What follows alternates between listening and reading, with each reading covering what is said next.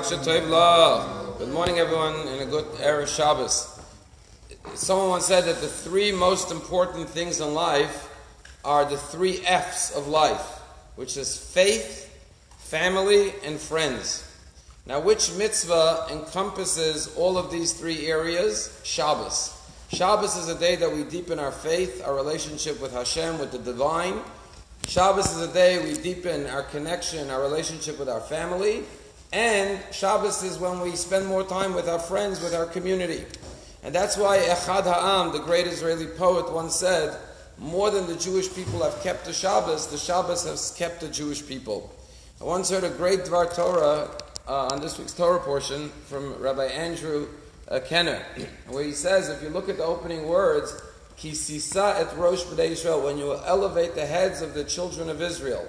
If you take the three letters of Rosh, head, and you elevate it to the letter above it. The letter above Resh, the next letter is Shin. The letter above Aleph is Bet. The letter above Shin is Taf. So if you elevate the three letters of Rosh, head, to the next letter, you get the word Shabbos. How do you elevate the Jewish people? By keeping Shabbos. Shabbos is the cornerstone of Judaism, and that's why people always say Shomer Shabbos, because that epitomizes what a Jew is. Because Shabbos is the day that strengthens all of Judaism, and that's why Rabbi says Shabbos is equivalent to the entire Torah.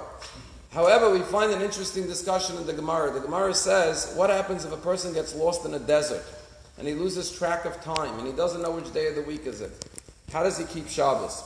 So there's two opinions in the Talmud. One rabbi says he should count 6 days and keep the 7th day. The other rabbi says, no, he should keep Shabbos and then count 6 days. Why do they disagree? The first rabbi says, look what God did. He worked 6 days, he rested on the 7th day. So if you lose track of time, first count 6 days, then keep Shabbos the way Hashem did it. Second rabbi says, no, Adam was created on Friday, which means that what did Adam do? Mankind, first they kept Shabbos, then they counted 6 days. So do what Adam did. Start with Shabbos and then go to the 6 days of the week. And when you think about it, each 6 days of the week is bookended by 2 Shabboses. And we need both Shabboses. Why? The Shabbos, at the end of the 6 days, gives us our goal, our objective in life. What are we journeying towards?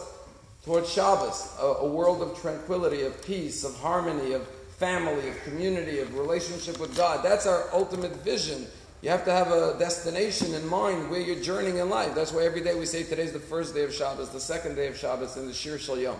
But in order to know where you're going, you have to know where you're coming from, right?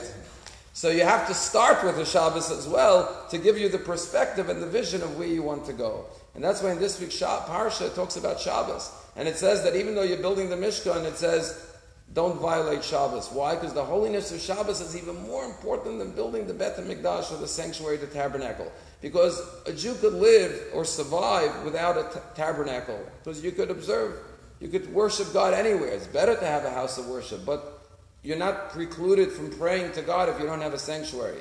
But without the holiness of Shabbos, we can't survive as a Jewish people. And it says in this week's Parsha, what we say every Friday night, Oti Lolam, it's the sign between God and the Jewish people. And I'll never forget, Rabbi Tzinias Young Rice once said, when a woman gets married, she gets a marriage ring, a diamond ring. Some women have 1 carat, some have 5 carats, some have 10 carats maybe. Some women, they have a little chip, a fraction of a carat. But it's the same sign. A sign is a sign. She's a married woman. So Rabbi Tzinias said some people have a very elaborate Shabbos. It starts from candlelighting till Havdalah, 100%.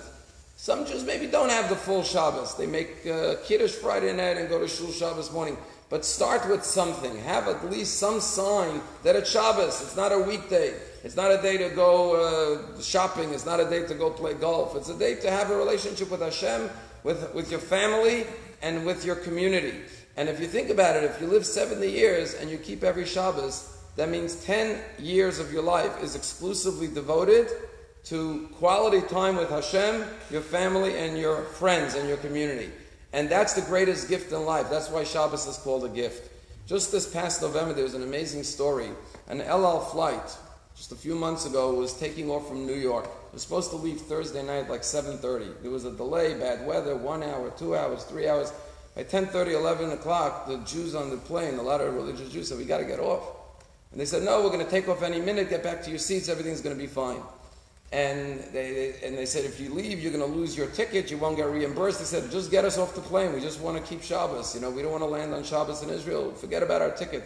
They promised them they're going to take off. Bottom line is they were on the runway for hours. They took off 11:30 at night. The flight was going, and the religious Jews on the plane realized they're going to land on Shabbos. They went to the stewardess, and they said, you got to tell the captain, we need to get off. Land anywhere, we just want off the plane. They said, where are we going to land? They said, we must. There was 180 observant Jews on this El Al flight. There came a little commotion on the plane, and finally the pilot announced that we've got clearance, we're landing in Athens for the religious Jews to get off the plane. They called ahead to the Chabad rabbi in Athens, his name is Rabbi Hendel. They said, we have 180 observant Jews who want to keep Shabbos in Athens. This was like Friday morning. Do you have a way to host them? He said, I'll get a hotel room, I'll get a caterer, we'll prepare everything. These Jews landed, they had no time to get their luggage. They went with their clothing, they had a bus waiting for them, and they went to a hotel, and there's videos on the bus, they're singing songs of Shabbos. Without their clothing for Shabbos, without their suitcases, without anything, rerouted. Some of them had to be in Israel for family simchas, they didn't care. We have to keep Shabbos. They came to this hotel, the ballroom was set up for 180 people with gefilte fish and wine and challah. And they had the most beautiful, glorious Shabbos they ever had in their life, the most memorable Shabbos. They bonded, they sang, they prayed, and they felt they were making a sacrifice, but it was for Shabbos and it was all worth it. At the end of the Shabbos, these 180 Jews said, we want to make a difference in this community because Rabbi Hendel hosted us. Rabbi Hendel was trying to build a mikveh in Athens, Greece. They raised the money amongst these 180 Jews to build them a new mikveh in Athens, Greece, and that was their contribution they left behind. This is the power of Shabbos, which unites us with Hashem, with our friends, with our community, and this has sustained the Jewish people. And as Rebbe Youngrai said, if you're not ready to keep the whole Shabbos, start with something, but make sure Shabbos is different, and from one step to the next step until you completely observe Shabbos. And this is the greatest gift you could give yourself, your family. These will be the days of your life that will be most precious and most memorable.